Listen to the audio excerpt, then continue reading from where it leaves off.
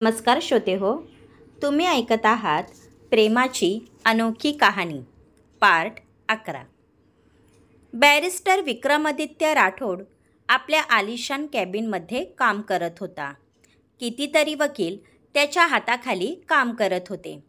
त्याची फर्म वर्षाला करोडोचे प्रॉफिट करत होती। शहरातीलच नाही तर भारतातील नावाजलेली फर्म होती। मे आय कम इन सर? विक्रमच्या ऑफिसमध्ये काम करणारे ॲडव्होकेट जोशी यांनी आवाज दिला। येस, विक्रम म्हणाला।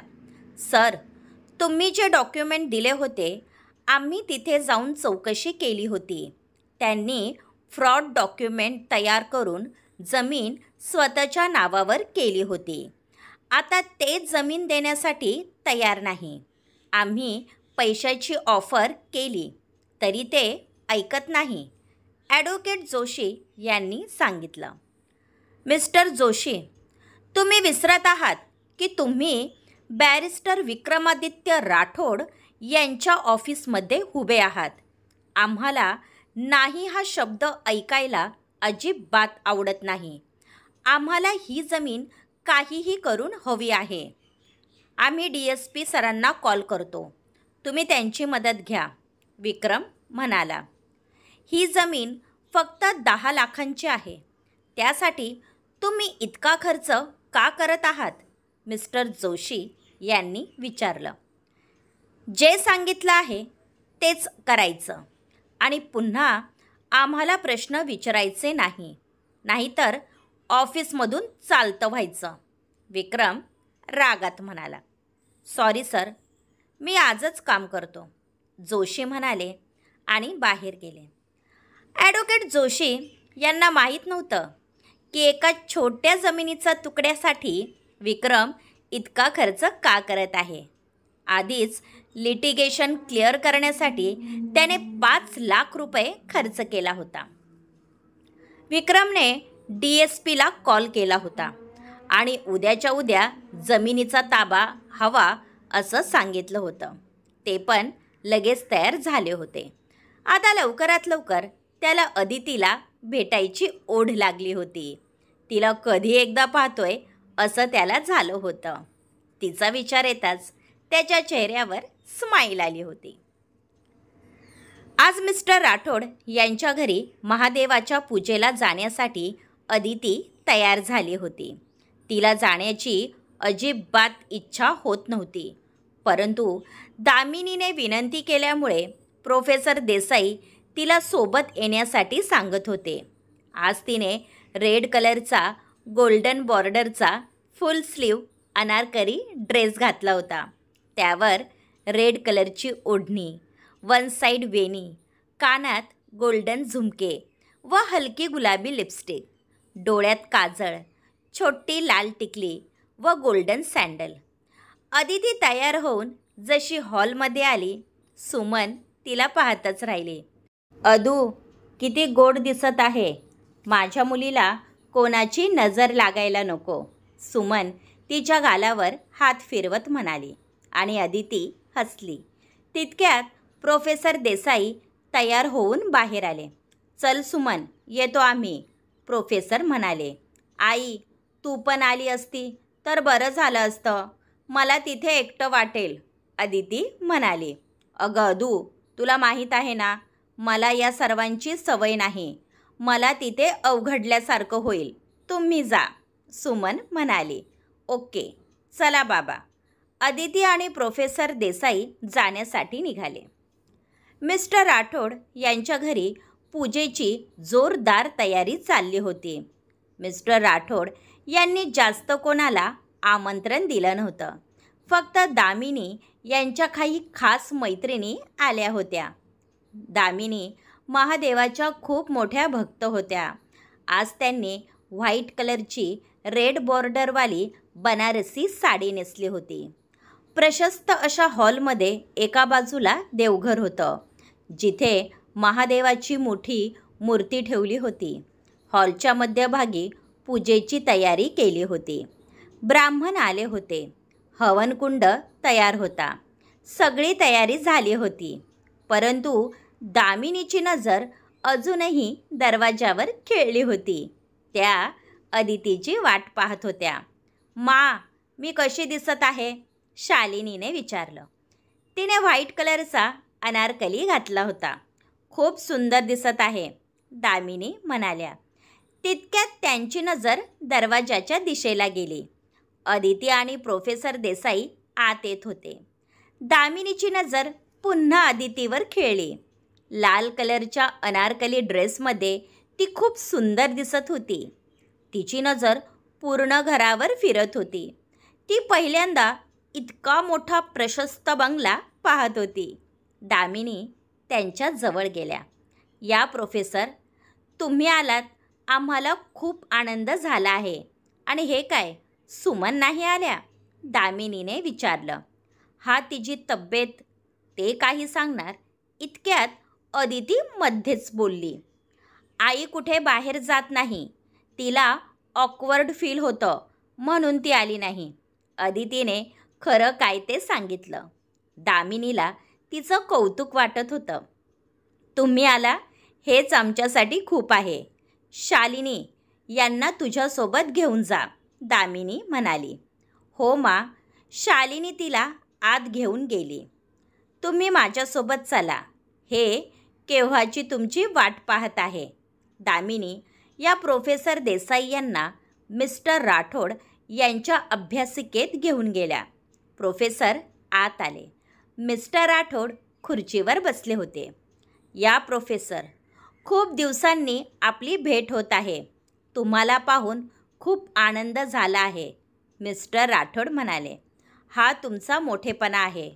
तुम्ही आम्हाला मान दिला, प्रोफेसर देसाई म्हणाले. या, बसा. विक्रमादित्य येत असतील, मिस्टर राठोड म्हणाले. दामिनी या विक्रमच्या रूममध्ये त्याला बोलवण्यासाठी आल्या होत्या. विक्रम पूजेसाठी तयार झाला होता.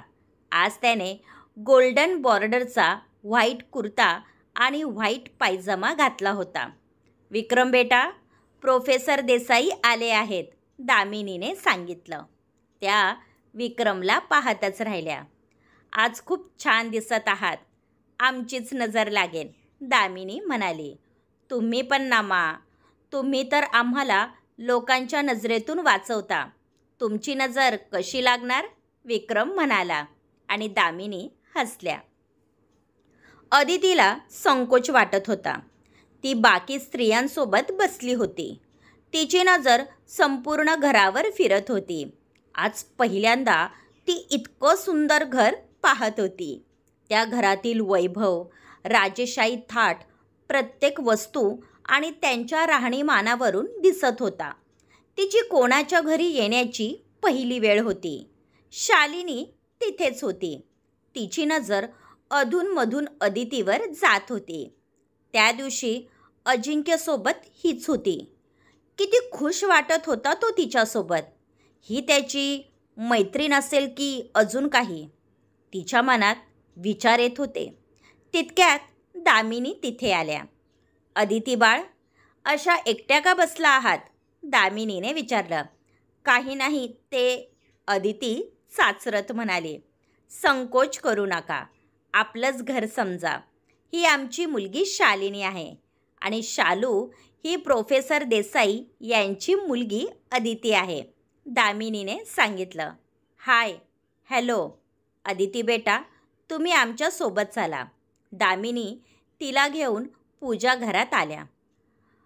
प्रोफेसर, आम्ही ऐकलं आहे की तुम्ही तुमच्या मुलीच्या शिक्षणासाठी बँकेतून लोन घेतलं आहे, मिस्टर राठोड म्हणाले. हो साहेब, माझी खूप इच्छा होती की अदितीने आपल्या कॉलेजमध्ये शिकावं, प्रोफेसर देसाई म्हणाले. आम्ही समजू शकतो. आम्ही तुम्हाला आधीही सांगितलं होतं की तुमच्या मुलीच्या शिक्षणाचा खर्च आम्ही करायला तयार आहोत, परंतु तुम्ही नकार दिला. तुम्ही रिटायरमेंट थांबवावी अशी आमची इच्छा आहे. तुमचे बँक डिटेल आम्ही पाहिले आहे, त्यामध्ये मोजकेच पैसे आहे. तुम्ही बँकेचे इन्स्टॉलमेंट कसे भरणार आहात, मिस्टर राठोड म्हणाले. आपल्या कॉलेजचे जे रूल आहेत ते मी स्वतःसाठी बदलणार नाही, शेवटी कायदा शिकवणाऱ्याने कायद्याचे पालन करायला हवे, प्रोफेसर देसाई म्हणाले. विक्रमने त्यांचं संभाषण ऐकलं होतं.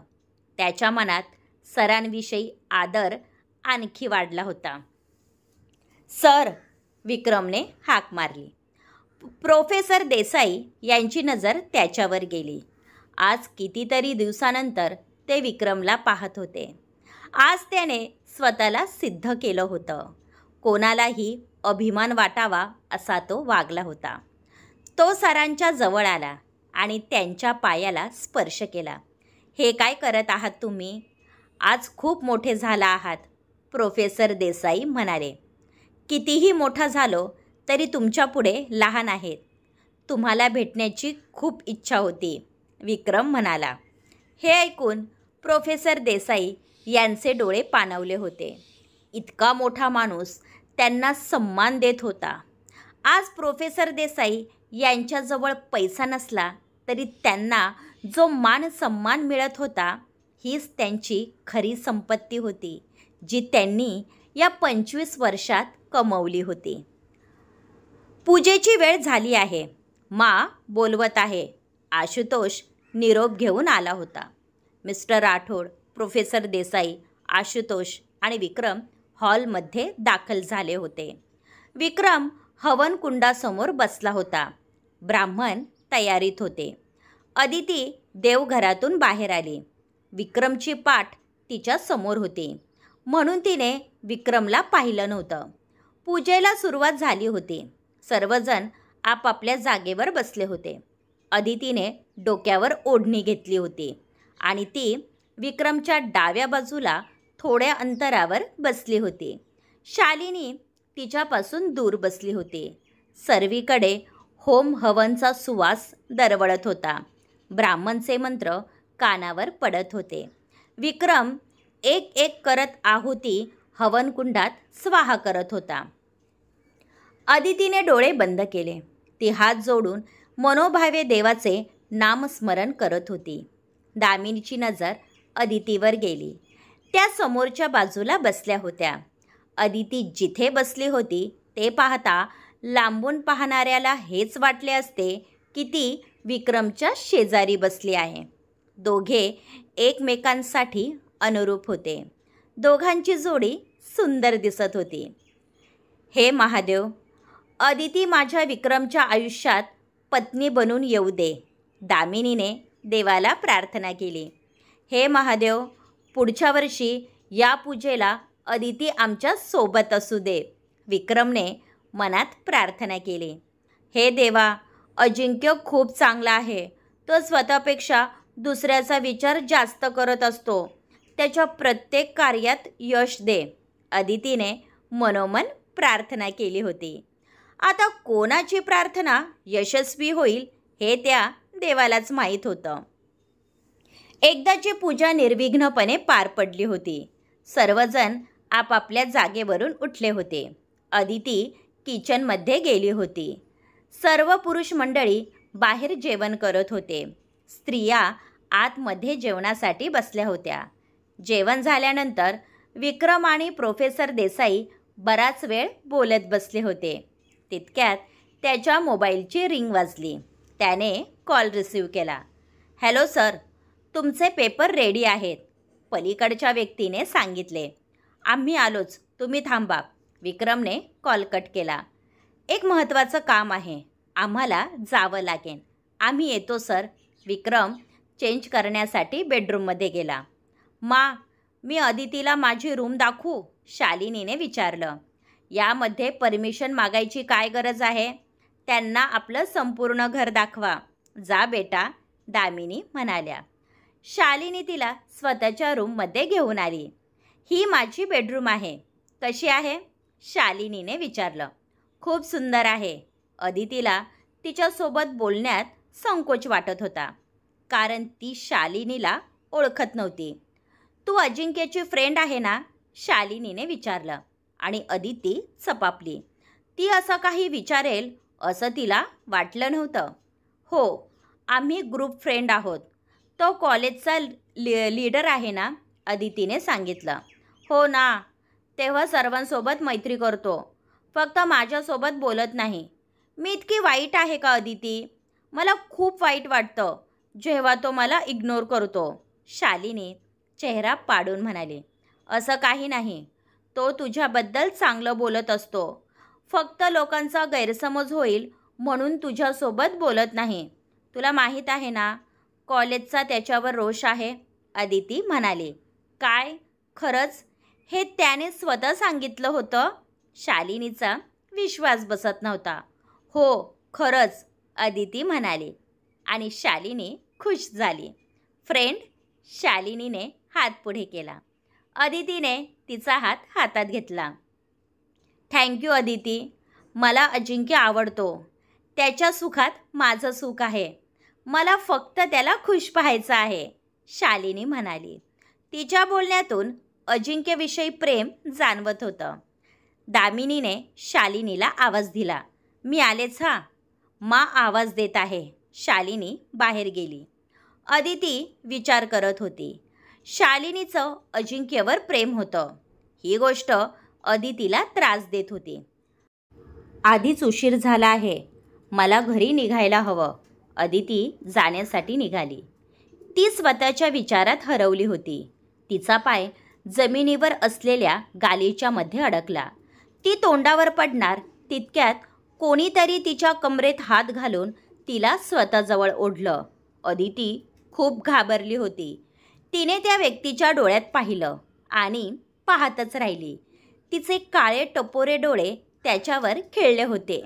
तिचे दोन्ही हात त्याच्या खांद्यावर होते. स्काय ब्ल्यू कलरचा body fit T shirt, blue jeans, लेदरचं जॅकेट, या लुकमध्ये तो स्मार्ट दिसत होता. विक्रमचा स्वतःच्या डोळ्यांवर विश्वास बसत नव्हता. महादेवाकडे ज्या व्यक्तीला मागितलं होतं ती साक्षात त्याच्या समोर उभी होती. विक्रम तिच्या डोळ्यात हरवला होता. अजूनही त्याच्या हाताचा विळखा तिच्या नाजूक कमरेत होता. अदितीने तिच्या टपोऱ्या डोळ्यांची उघडझाप केली, ज्यात ती आणखीनच गोड दिसत होती.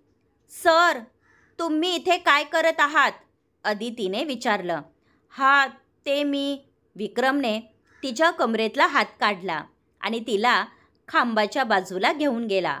अदितीने त्याला ओळखलं नाही म्हणून त्याने सुटकेचा श्वास घेतला होता. मिस अदिती, तुम्ही इथे काय करत आहात? मी तुमची केस सॉल्व करेल ना. तुम्ही बॅरिस्टर विक्रमादित्य राठोडकडे केस घेऊन आला आहात. आता माझं कसं होणार? विक्रम नाटकीपणे म्हणाला. पुढील पार्ट ऐकण्यासाठी चॅनलला सबस्क्राईब करा. धन्यवाद.